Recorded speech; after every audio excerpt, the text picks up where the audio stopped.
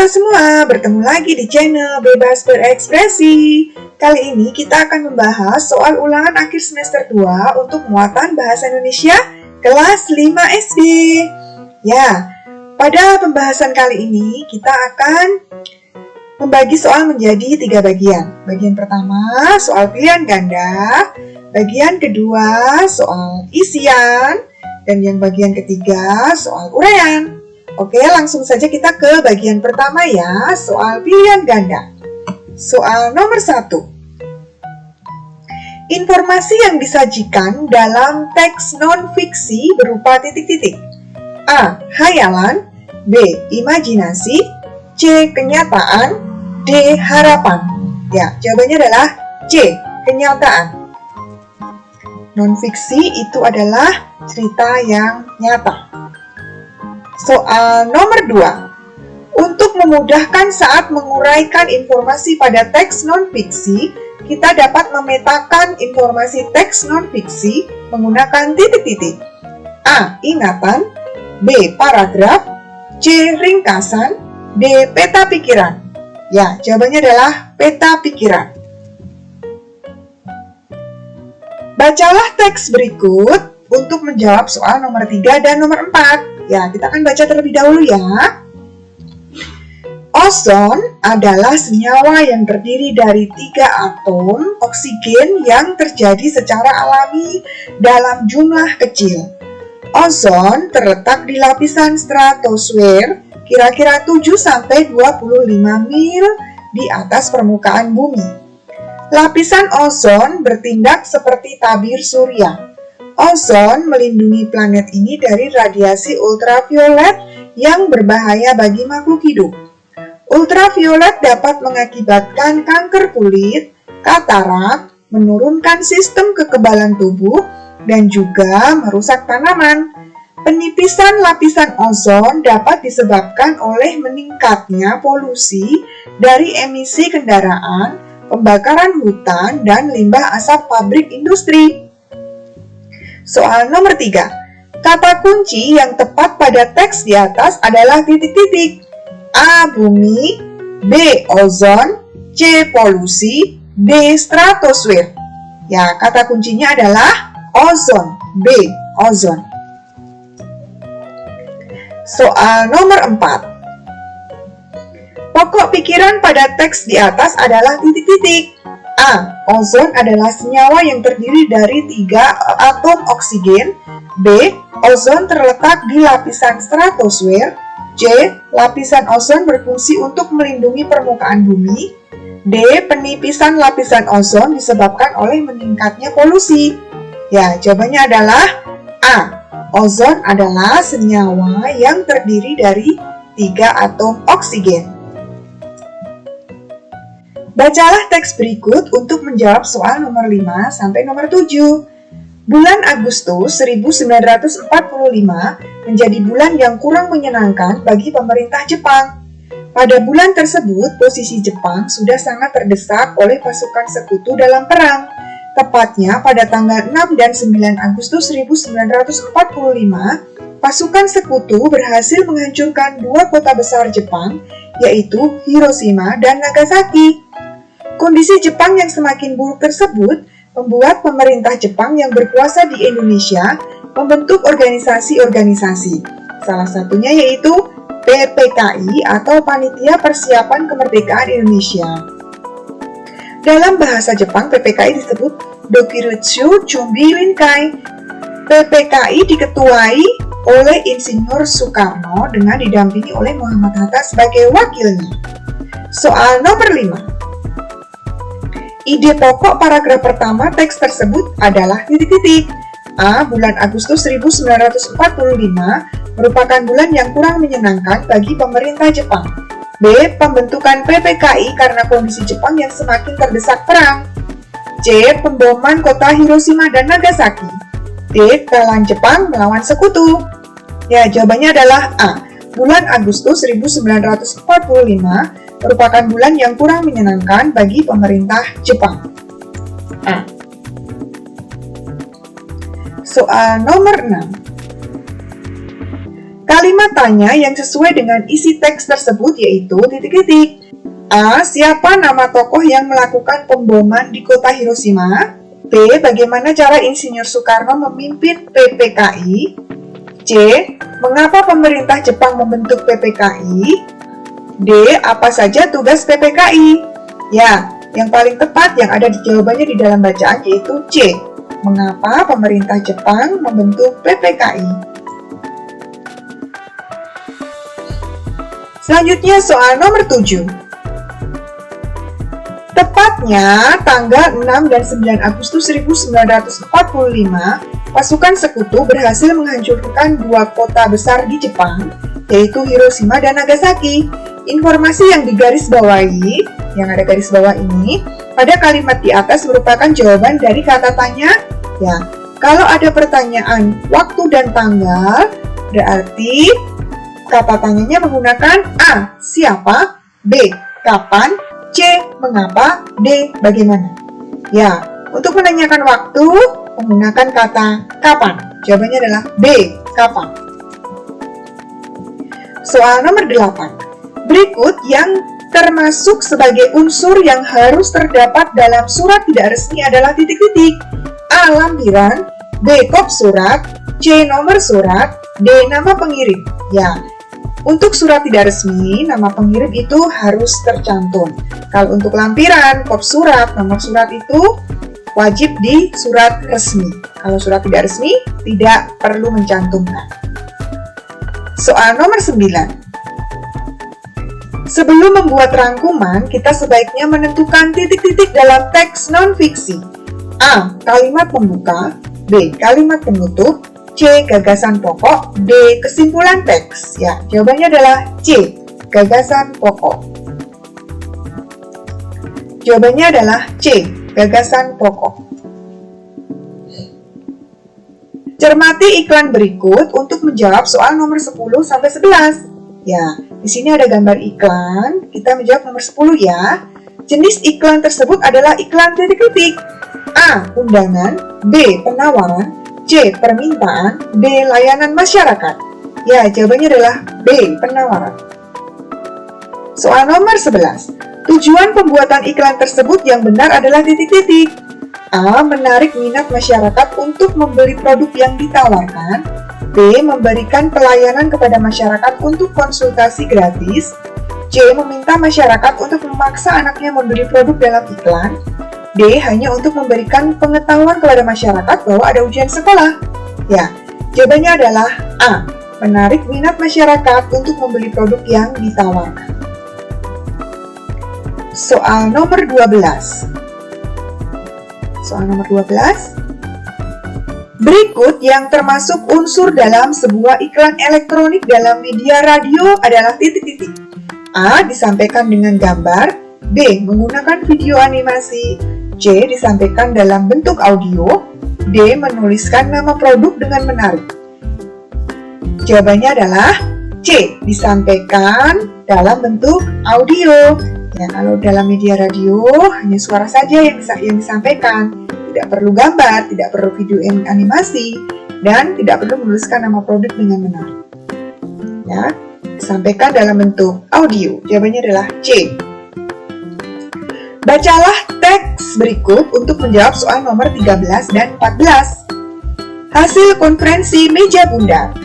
Berdasarkan hasil konferensi meja bundar, Belanda akan mengakui kedaulatan Indonesia paling lambat pada akhir Desember 1949. Pengakuan kedaulatan Indonesia oleh Belanda dilakukan pada tanggal 27 Desember 1945. Melalui upacara dua tempat, yaitu Belanda dan Jakarta. Di Belanda, penandatanganan pengakuan kedaulatan Indonesia dilakukan di Istana Kedaulatan Belanda. Naskah pengakuan kedaulatan tersebut ditandatangani secara langsung oleh Ratu Belanda, yaitu Ratu Juliana, Perdana Menteri Dr. Willem Drees, Menteri Seberang Lautan Mr. A.M.J. Asosen, dan Muhammad Hatta sebagai perwakilan dari Indonesia. Soal nomor 13. Informasi penting yang disampaikan dalam teks di atas adalah A. Peserta konferensi meja bundar. B. B. Isi naskah pengakuan kedaulatan Indonesia. C. Tokoh yang terlibat saat pengakuan kedaulatan Indonesia. D.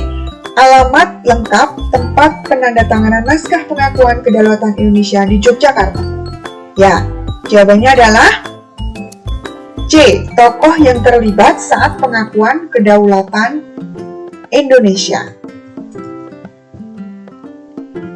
Soal nomor 14. Berdasarkan informasi pada teks tersebut, perwakilan dari Indonesia yang menandatangani pengakuan kedaulatan Indonesia di Belanda adalah titik.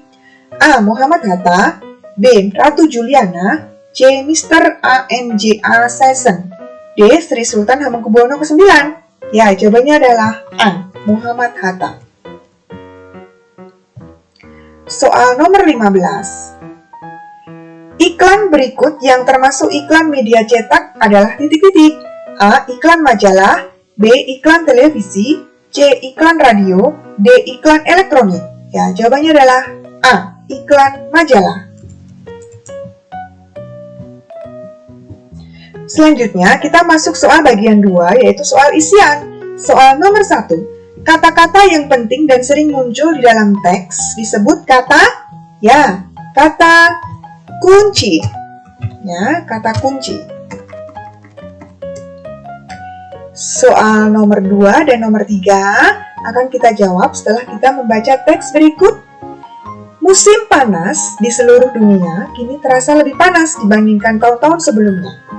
Dan akan semakin parah pada akhir abad ini jika polusi karbon terus meningkat. Kondisi ini akan paling terasa di kawasan perkotaan. Selain itu, pertumbuhan penduduk yang pesat dan pemanasan global dapat meningkatkan suhu daerah perkotaan hingga mencapai titik yang membahayakan kesehatan dan perekonomian penduduknya. Soal nomor 2.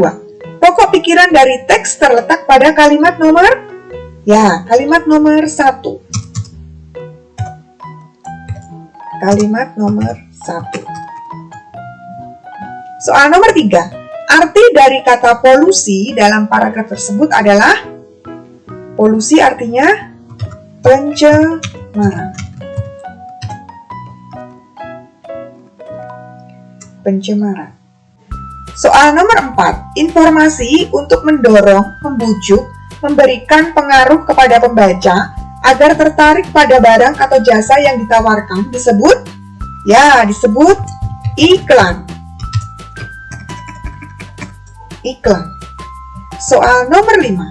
Iklan bertujuan untuk menawarkan barang atau jasa. Menawarkan barang atau jasa. Soal nomor 6. Iklan terbagi dalam 2 bentuk, yaitu iklan media cetak dan iklan media elektronik. Ya, media cetak dan media elektronik. Cermati surat berikut untuk menjawab soal nomor 7-9. Soal nomor 7. Bagian kop surat terletak pada nomor kop surat ini adalah nomor 1. Ya, ini namanya kop surat, ini nomor 1. Nomor 1. Soal nomor 8. Pembuat surat undangan tersebut adalah yang membuat adalah ini Faisal Kamal MPD atau Ketua Pelaksana Gebyar Seni Sastra. Ya. Yang membuat adalah Faisal Kamal MPD atau Ketua Pelaksana Gebyar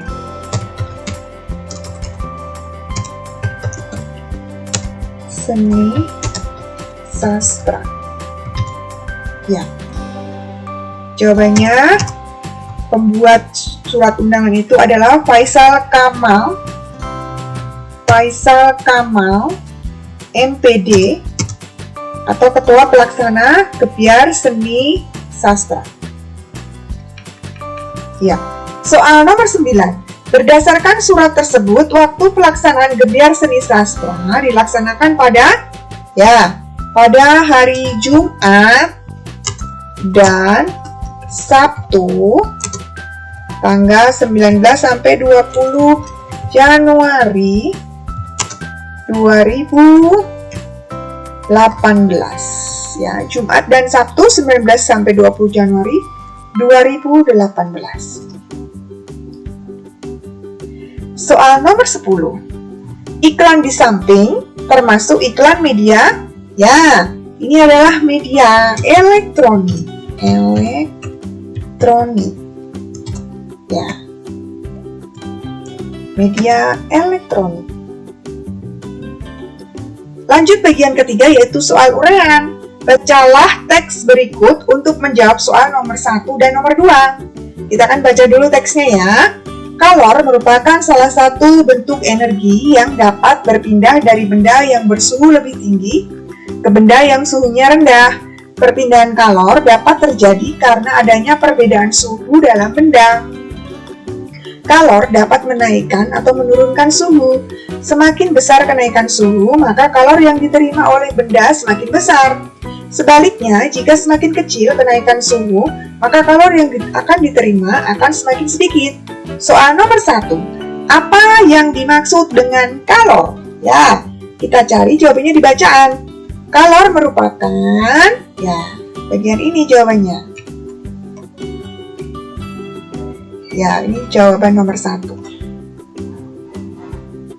Kalor merupakan salah satu bentuk energi yang dapat berpindah dari benda yang bersuhu lebih tinggi ke benda yang suhunya rendah. Jawaban nomor 1 yang Bu Guru tandai warna kuning ya. Soal nomor 2. Bagaimana cara perpindahan kalor dapat terjadi? Ya, jawabannya ada di bacaan juga. Ya, di sini jawabannya. Bu Guru akan kasih warna biru. Perpindahan kalor dapat terjadi karena adanya perbedaan suhu dalam benda. Soal nomor 3. Jelaskan perbedaan antara surat undangan resmi dan surat undangan tidak resmi. Ya, surat undangan resmi itu harus tercantum kop surat, nomor surat, dan lampiran. Ya, lampiran. Kalau surat undangan tidak resmi, tidak perlu mencantumkan kop surat, nomor surat, dan lampiran. Ya, ini perbedaannya. Perhatikan kutipan gambar dari media cetak di bawah ini untuk menjawab soal nomor 4 dan nomor 5. Soal nomor 4, gambar manakah yang merupakan iklan? Ya, ada gambar A dan ada gambar B. Yang merupakan iklan adalah gambar B. Gambar B. Gambar B ini adalah iklan. Soal nomor 5. Mengapa kamu memilih gambar tersebut? Jelaskan pendapatmu. Ya, gambar A, kita lihat gambar A. Gambar A ini adalah cerita dongeng. Ya, ini bukan iklan. Kalau gambar B ini iklan karena menawarkan, ya, karena gambar B menawarkan buku, ya, karena gambar B menawarkan buku, berarti itu iklan. Oke, selesai sudah pembahasan soal-soal Bahasa Indonesia kelas 5 SD untuk ulangan akhir semester 2 sudah selesai. Bagian pertama pilihan ganda, bagian kedua isian, bagian ketiga uraian sudah kita selesaikan semua. Terima kasih yang sudah menyimak, terima kasih yang sudah menonton video ini, semoga bermanfaat ya. Dan sampai ketemu di video selanjutnya. Bye-bye.